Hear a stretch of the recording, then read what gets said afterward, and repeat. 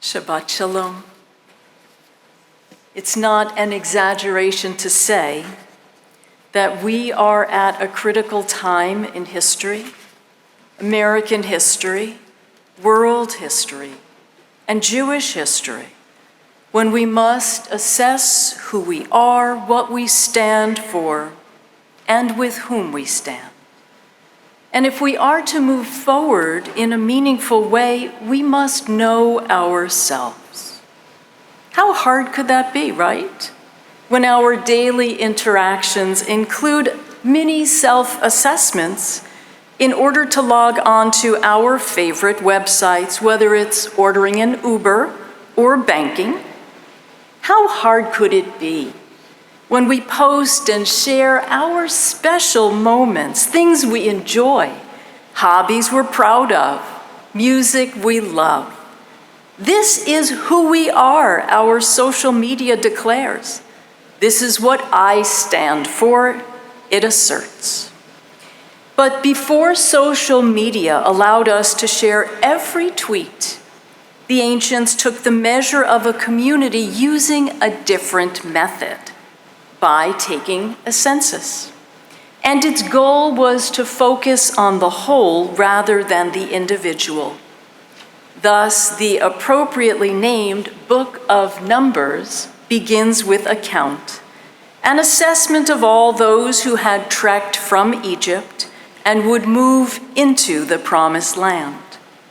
Because of the unknown factors that awaited them, that is, whether the land would be open and easily settled, or whether it might require an organized army with strength, the census was necessary to provide a snapshot of the entire assembled community.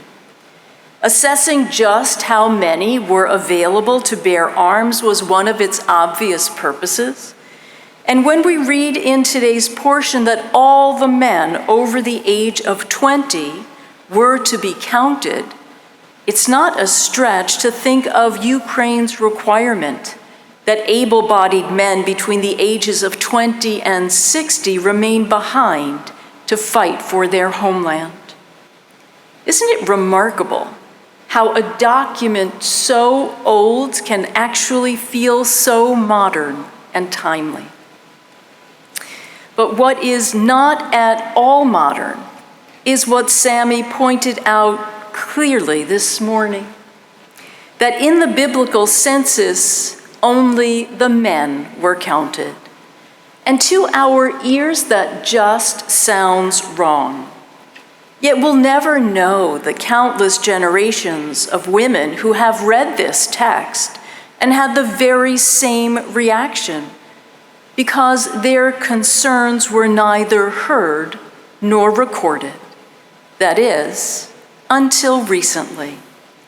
It's only 50 years since the ordination of Rabbi Sally Priesand, whose courage and leadership has opened the door for so many to question and to more fully participate in Jewish life. As she defied skeptics and those who were simply not ready for a woman rabbi, Rabbi Priesand became a model for both women and men, helping us change the way we think about the roles of both women and men in Judaism and who counts. It's important to note that change did not happen overnight, and it wasn't always welcome. And yet in the last 5 decades, women have taken a more active role in reinterpreting the Torah, identifying the places in our tradition where voices are absent, challenging long-held assumptions, and reframing them through modern sensibilities and reforms.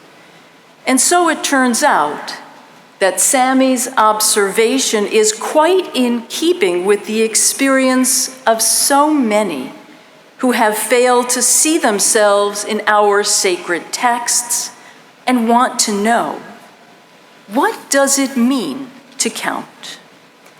The Hebrew for counting is se'u et rosh, to lift up the head.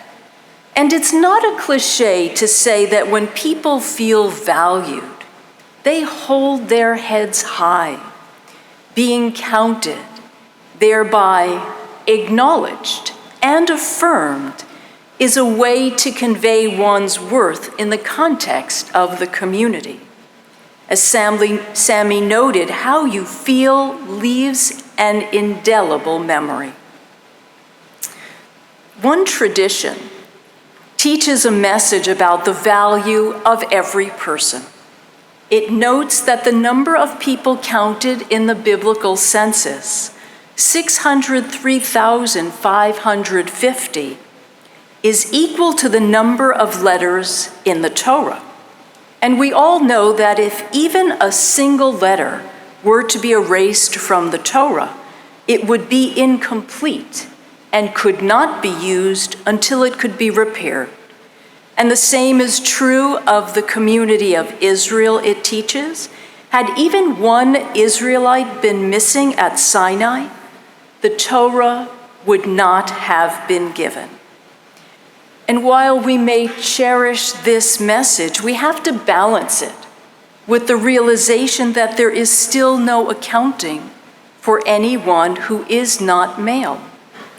And just imagine the richness of Torah if it were twice as long, with letters reflecting all those who had left Egypt. Imagine the additional voices and wisdom of what remains untapped and unnoticed. In the early years of feminist Judaism, and that's what it was called in the 70s and 80s, Rachel Adler was finding her way through our tradition too. First, she was a Rebbitzin, the knowledgeable spouse of an Orthodox rabbi.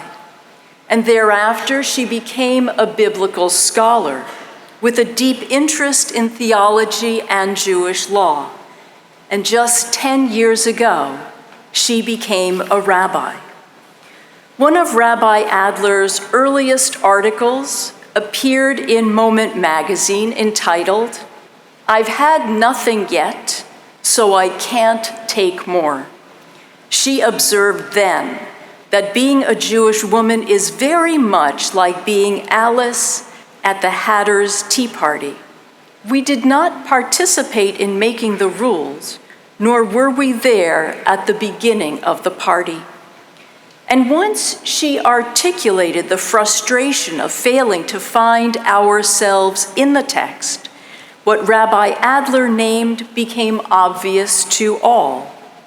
Ever since, she has championed the concept of creating liberal correctives that would challenge patriarchal assumptions which frame the legal and cultural expressions our ancestors simply took for granted.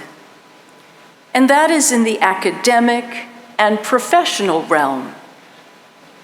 In the personal sphere, Julie Silver, a well-known composer and singer, recounts a different kind of experience. She said, "When my sister and I were very young, our mother took us to meet her childhood rabbi.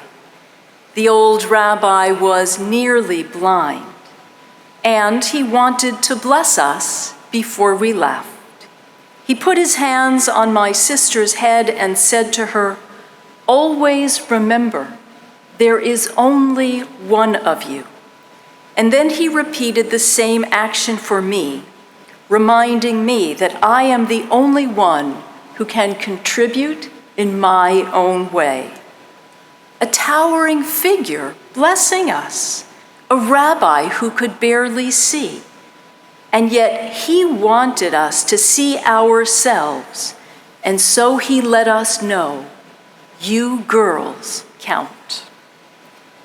In the words of the modern biblical scholar Aviva Zornberg, each person has a singular role in the collective destiny of the people.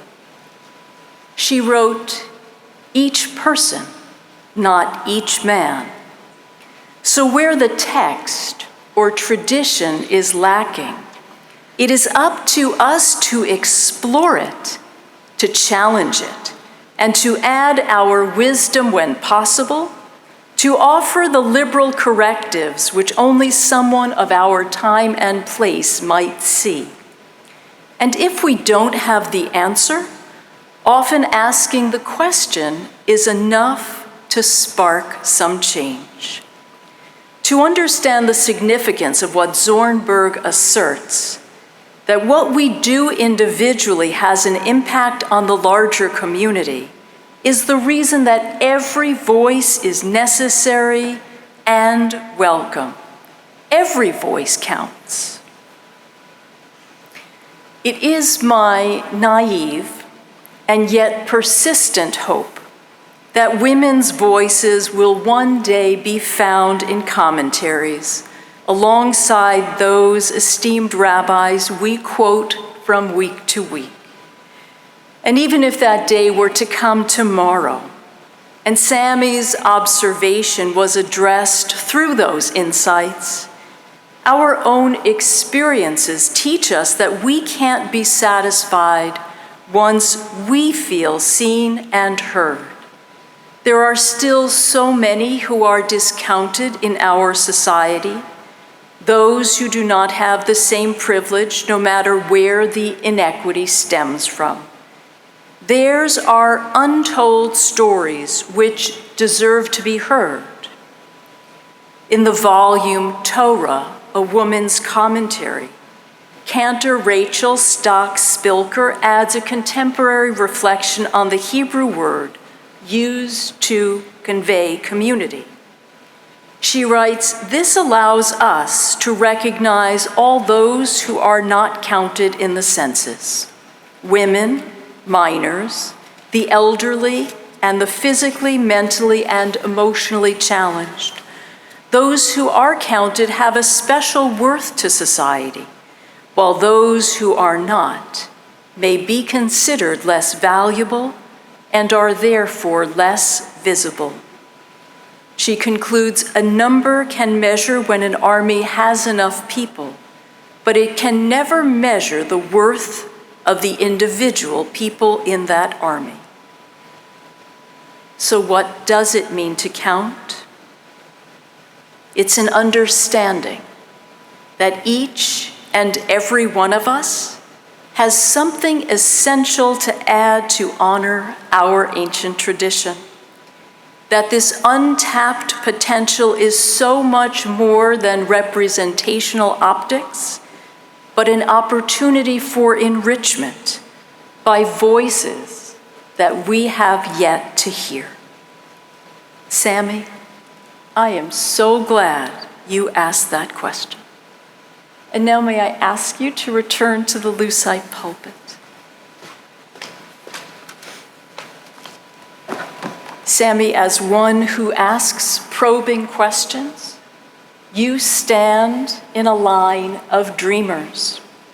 Senator Robert Kennedy said these now famous words: "Some see things as they are and ask why. I dream things that never were and ask, why not?" It is clear from your own example of advocacy that you will help change our world little by little until it becomes more equitable and accessible to all, just as your grandparents, Bonnie and Tom, have responded to the why not of a cause close to their heart, while making it possible for so many others to benefit. May your curiosity and your dreams, coupled with your fine moral compass, guide you, Sammy, as you grow through Torah, embracing it, celebrating it, wrestling and questioning it, and adding your voice to the richness of our heritage.